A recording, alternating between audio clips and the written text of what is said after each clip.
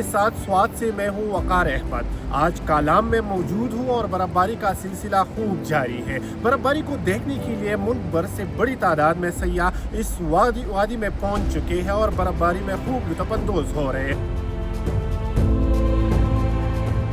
मैं खारिया से ट्रिप लेके आया हूँ और आज 7वां दिन है मैं कालाम में हूँ। मैं न्यू ईयर का ट्रिप लेके आया था।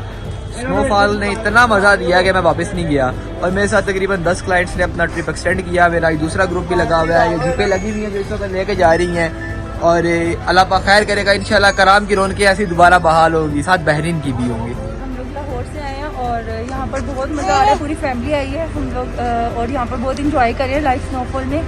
और आप लोग देख सकते हैं स्नोफॉल भी बहुत ज़्यादा है और बहुत मज़ा आ रहा है। होटल्स अच्छे हैं, यहाँ के लोग कोऑपरेटिव है और बहुत मज़ा आ रहा है। स्वात एक जन्नत तहज़ीर वादी है और जिसके बारे में वैसे भी मशहूर है कि ये मिनी स्विट्ज़रलैंड है पाकिस्तान का। बहुत ही खूबसूरत इलाका है। लेकिन आप जब अपर स्वात में आते हैं, कालाम में जब आप आते हैं स्वात की इस खूबसूरती का, तो आपको एक अजीब सी फीलिंग आती है।